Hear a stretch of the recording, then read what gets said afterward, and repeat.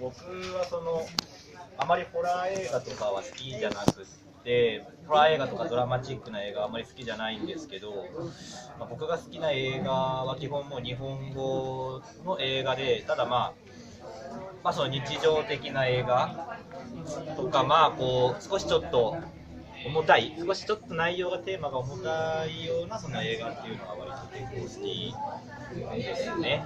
はい。こんな感じでいいでしょうかね。Ya, maksudnya jadi bisa.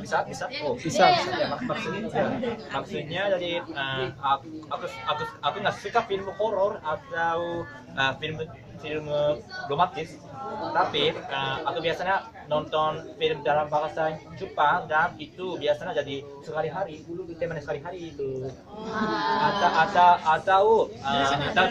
Atau temanya murah, sedikit murah. Yang tema di realize gitu. Benar. Ya, makasih ya. Ya.